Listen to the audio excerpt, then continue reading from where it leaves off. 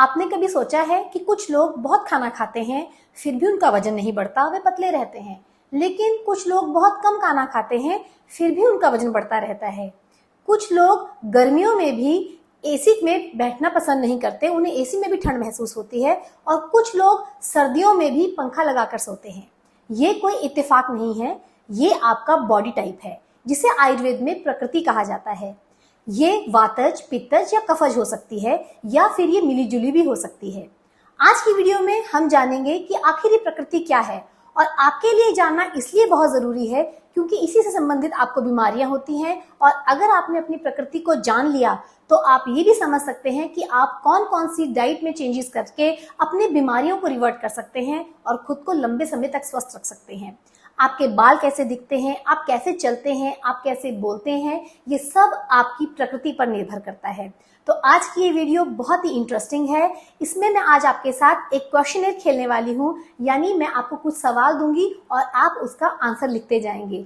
और इस वीडियो के अंत तक जाते जाते आप खुद अपनी प्रकृति को कैलकुलेट कर सकेंगे कि आखिर आपका बॉडी टाइप क्या है। ये आपको ओवरऑल बीमारियों से बचाने के लिए और एक हेल्दी लाइफस्टाइल को जानने के लिए जरूरी रहेगा। और एंड में मैं आपको ये भी बताऊंगी कि जो आपकी प्रकृति है उसके हिसाब से आपका खाना पीना, रहन सहन कैसा होना चाहिए। तो आइए आज की इस इंटरेस्टिंग वीडियो को शुरू करते हैं।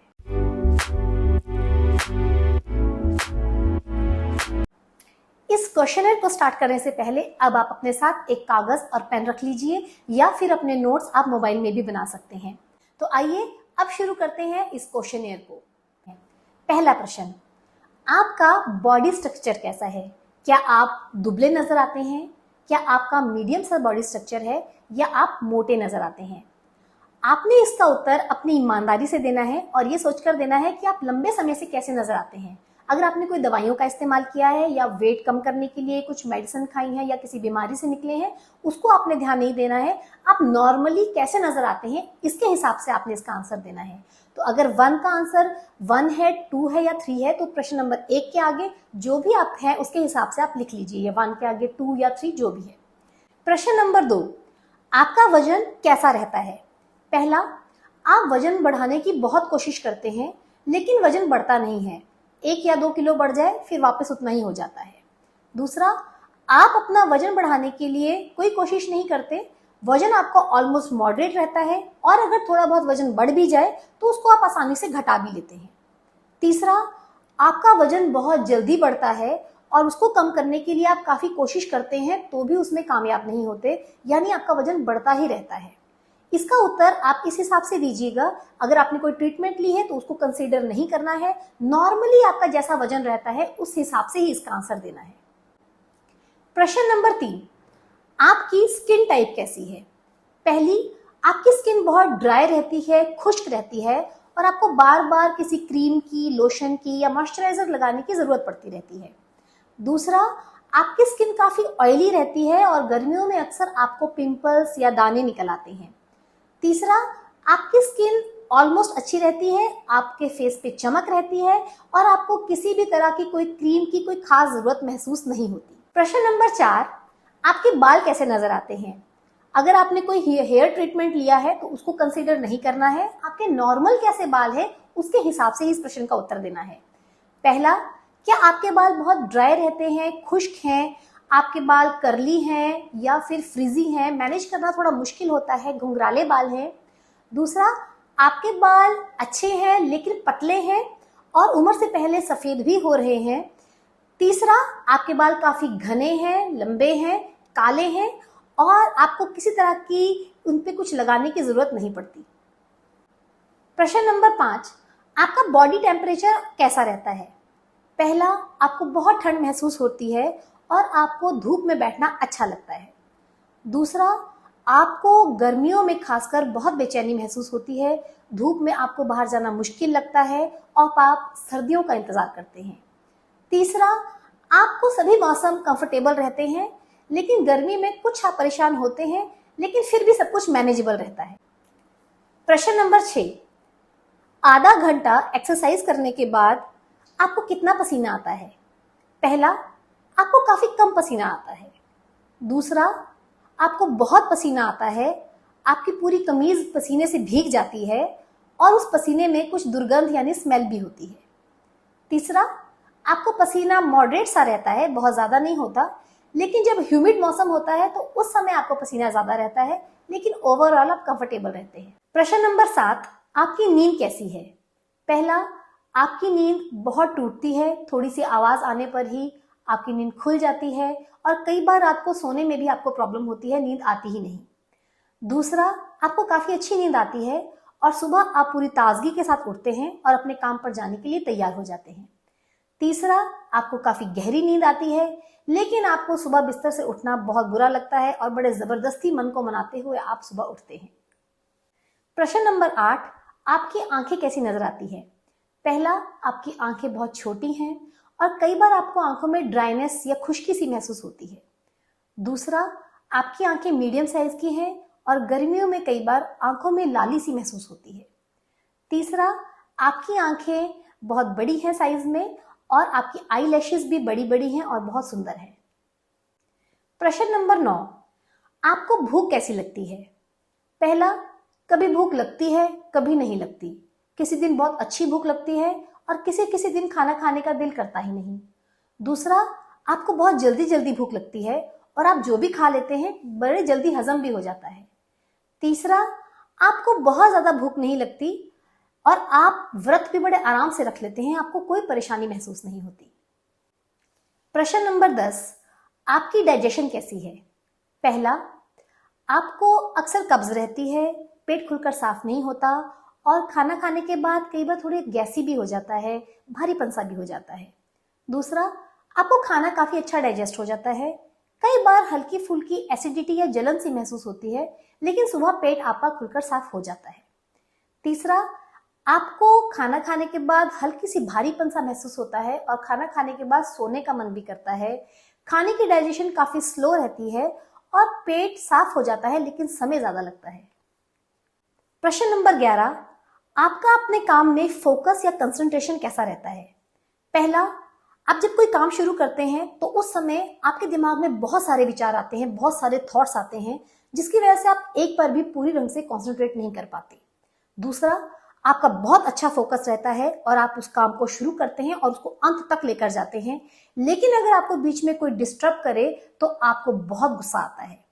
तीसरा, आपको काम करने में बहुत आलस आता है, आप काम शुरू करना ही नहीं चाहते, लेकिन जब आप शुरू कर लेते हैं तो उस काम में आपका बड़ा डीप फोकस रहता है और आप उसको बड़ी गहराई में जाकर काम को करते हैं। प्रश्न नंबर 12, आपके काम करने की नेचर कैसी है? पहला, आपका अभी पिछला काम खत्म नहीं हुआ होता, आप कोई दूसरा काम साथ में शुरू कर देते हैं और कई बार पिछले काम को अधूरा ही छोड़ देते हैं। दूसरा, आपने जो काम पकड़ा होता है उसे पूरा करने की कोशिश करते हैं, इवन आप उस काम में लीडर बन जाते हैं और पूरा गोल ओरिएंटेड रहते हैं, उसे एंड तक लेकर जाते हैं। तीसरा, आप काम में धीरे धीरे लगे रहते हैं, पूरी कंसिस्टेंसी के साथ लगे रहते हैं। अगर काम में कोई बदलाव आ जाए तो वो आपको बिल्कुल पसंद नहीं, लेकिन आप अपने काम को अंत तक लेकर जाते हैं। प्रश्न नंबर 13, जब आपसे किसी टॉपिक के बारे में कुछ पूछा जाता है तो आप किस तरह रिस्पॉन्ड करते हैं, जवाब किस तरह देते हैं? पहला, आप बहुत जल्दी जल्दी बोलते हैं और कई बार दूसरे को सुनते नहीं हैं, खुद ही लगातार बोलते रहते हैं। दूसरा, आप जब बोलते हैं तो आप काफी क्लियर बोलते हैं और आपने जो बात रखनी होती है वो आपने पहले ही निर्धारित की होती है। तीसरा, आप सुनते ज्यादा हैं, बोलते कम हैं, बहुत कम और धीरे धीरे आप अपनी बात को रखते हैं, लेकिन आपकी बातें हमेशा गंभीर और बिल्कुल वेल ओरिएंटेड ही होती हैं। प्रश्न नंबर 14, आप नई चीजों को कैसे सीखते हैं? पहला, आप नई चीजों को एकदम जल्दी से सीख जाते हैं, लेकिन भूल भी जल्दी जाते हैं। दूसरा, आप जिस भी नई चीज को सीखते हैं उसे आप प्रैक्टिकल ढंग से सीखने की कोशिश करते हैं और उसको आप प्रैक्टिकली अप्लाई भी करते हैं। तीसरा, आप जब कोई नई चीज सीखते हैं आपको सीखने में बड़ी प्रॉब्लम महसूस होती है, आप धीरे धीरे चीजों को सीख पाते हैं, लेकिन वो आपकी लॉन्ग टर्म मेमोरी में चली जाती है, यानी आप उसको बहुत लंबे समय तक बातों को याद रखते हैं और उस बात का इस्तेमाल भी कर लेते हैं। प्रश्न नंबर 15, आप में कौन सा एक नेगेटिव इमोशन रहता है? पहला, आप अक्सर डर जाते हैं या कोई प्रॉब्लम आ जाए तो आप घबरा से जाते हैं। दूसरा, आप बहुत गुस्से में आ जाते हैं और मरने मारने को लड़ने के लिए आ जाते हैं। तीसरा, अगर कोई बात हो जाए तो आप शांत रह जाते हैं, आपसे झगड़ा नहीं किया जाता, आप चुप हो जाते हैं और कई बार आप अकेलापन या डिप्रेशन भी महसूस करते हैं। तो इस तरह हम इस क्वेश्चनएयर के अंत तक आ पहुंचे हैं। तो आपने अब तक अपने इन 15 प्रश्नों का उत्तर भी लिख लिया होगा। किसी प्रश्न का उत्तर 1 होगा, किसी का 2, किसी का 3। अब आप इन 15 प्रश्नों के जो आपने उत्तर लिखे हैं उसमें देखिए कि कितनों का उत्तर 1 रहा, उन्हें काउंट कर लीजिए। कितनों का उत्तर 2 रहा, उसे अलग से गिन लीजिए, और कितनों का उत्तर 3 रहा, उसे भी लिख लीजिए। मान लीजिए इन 15 प्रश्नों में से आपने 7 प्रश्नों का उत्तर 1 दिया है, तो आपका जो प्रकृति है वो वात की तरफ ज्यादा है। दूसरा, अगर आपने उत्तर में ज्यादा दूसरे नंबर को दिया है तो हो सकता है आपकी प्रकृति पित्त की तरफ अधिक है, और सबसे ज्यादा जो है तो हो सकता। इसी तरह अगर आपने इस क्वेश्चनएयर में ज्यादा जो है वो 3 नंबर को जवाब दिया है तो हो सकता है आपकी प्रकृति कफ की तरफ ज्यादा है। ऐसा भी हो सकता है कि आपके उत्तर मिले जुले से रहे हों, कि आपने सभी में 5-5 ही नंबर दिए हों, तो आपकी वातज, पित्तज, कफज मिली जुली सी प्रकृति हो। तो इस तरह से एक ही व्यक्ति की पूर्ण रूप से वातज, पित्तज, कफज प्रकृति भी हो सकती है या मिली जुली हो सकती है। कुछ गुण हम में वात के भी होते हैं, पित्त के भी होते हैं, कफ के भी होते हैं। हर मनुष्य में वात, पित्त, कफ तीनों ही मौजूद है। कभी हम में वात की अधिकता होती है, कभी पित्त की अधिकता होती है, किसी में कफ की अधिकता होती है। इसी से हमारी बेसिक नेचर यानी हमारी प्रकृति का निर्धारण होता है। तो इस तरह अभी तक आपने अपनी प्रकृति का निर्धारण कर लिया होगा। अब बात करते हैं कि अगर आप वातज प्रकृति के हैं तो आपको किस किस चीज का ध्यान रखना चाहिए। तो अगर आपकी इस क्वेश्चनएयर में वातज प्रकृति निकली है तो आपको 3-4 चीजों का ध्यान रखना है। पहले, आप हफ्ते में कम से कम 2 बार अपने पूरे शरीर पर तेल लगाएं और उसके बाद नहाएं। आपको अभ्यंग की बहुत जरूरत है क्योंकि शरीर में वात बढ़ा हुआ है तो नेचुरली शरीर में ड्राइनेस रहती है। दूसरा, रोज अपने नाक में 2-2 बूंदे देसी घी की या फिर अणु तेल की डालना शुरू करें, यह भी वात को कंट्रोल करने में मदद करेगा। तीसरा, अपने खाने में मधुर, अम्ल और लवण इन 3 रसों को खासतौर से जोड़ें, ये भी वात को कंट्रोल करेंगे। प्राणायाम और ध्यान जरूर लगाएं, इससे आपके माइंड की फ्लक्चुएशंस कम होंगी। 5वां, पंचकर्म में आप खासतौर से बस्ती चिकित्सा लीजिए, किसी नियर बाय आयुर्वेदिक फिजिशियन से मिलिए, और खास तौर से वर्षा ऋतु के बाद या वर्षा ऋतु में आप बस्ती चिकित्सा करवाएं। साथ में शिरोधारा आपके लिए बहुत अच्छी है, ये दोनों ही आपके वात को कंट्रोल करने में आपकी मदद कर सकते हैं। अगर आपकी पित्तज प्रकृति निकली है तो आपके शरीर पर दाने निकलना, बहुत गुस्सा आना, ये सब नेचुरल है। इसलिए आप अपने खाने पीने पर ध्यान रखें कि आप बहुत ज्यादा मिर्च मसाले वाला यानी पित्त को बढ़ाने वाला खाना ना खाएं। दूसरा, कोशिश कीजिए कि आप अपने खाने में देसी घी जरूर लें, मिश्री का इस्तेमाल करें, काली दाख को इस्तेमाल करें और आंवले का मुरब्बा भी जरूर लें। ये सभी चीजें पित्त को कंट्रोल करने में आपकी मदद करेगी। आपके लिए शीतली और शीतकारी प्राणायाम बहुत ज्यादा फायदेमंद रहेंगे।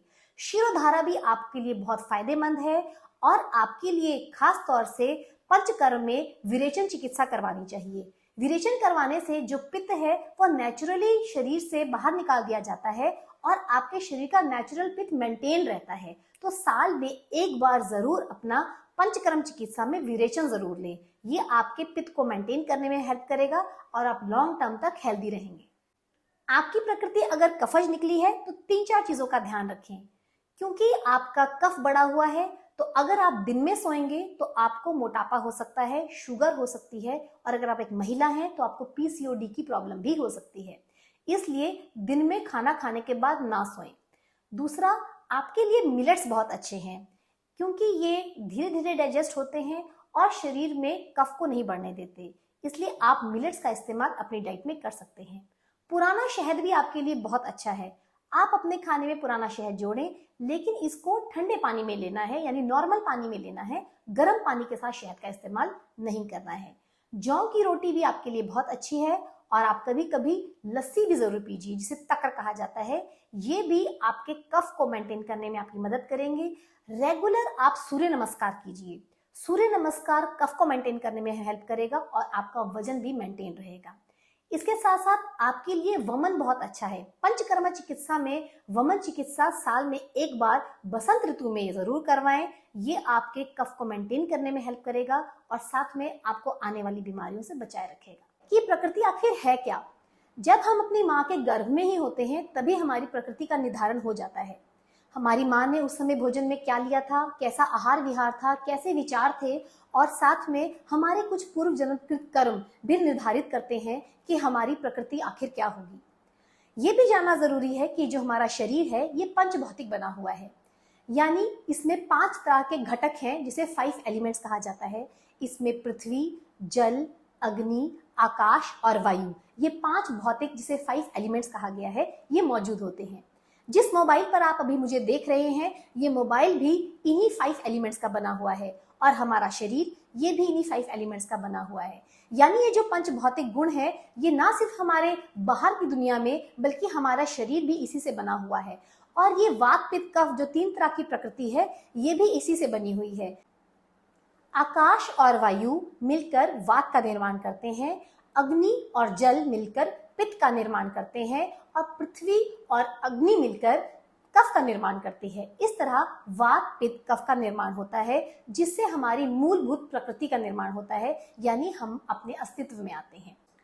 पृथ्वी का मतलब है हमारे शरीर में जो हड्डियां हैं, जो मांस है, इसे हम पृथ्वी महाभूत मानते हैं। जो हमारे शरीर में पसीना निकलता है या जितना भी फ्लूइड है, यूरिन पास करते हैं, ये सभी जल महाभूत है। शरीर में जो अग्नि है जो भोजन को पचाती है या जितने भी शरीर में एंजाइम की सिक्रेशन होती है ये हमारे शरीर में अग्नि महाभूत से बनता है। जो हम सांस ले रहे हैं ये प्राण, इसे हम वायु महाभूत के रूप में लेते हैं। और हमारे शरीर में कुछ ऐसे स्थान हैं जो खाली हैं, जैसे हमारे कान, हमारा नेसल पैसेज, इसे हम आकाश महाभूत के रूप में लेते हैं। तो इस तरह हमारा शरीर भी पंच महाभौतिक होता है। अगर आपको ये वीडियो पसंद आई है इसे अपने फ्रेंड्स में, फैमिली में जरूर शेयर कीजिएगा ताकि बहुत सारे लोग अपनी प्रकृति का निर्धारण कर सकें और आने वाली बीमारियों से खुद को बचा सकें। इस चैनल को सब्सक्राइब करना भी ना भूलें और कमेंट भी भेजें और जरूर शेयर भी करें। बहुत बहुत धन्यवाद। खुश रहिए, स्वस्थ रहिए, आयुर्वेद को अपनाइए।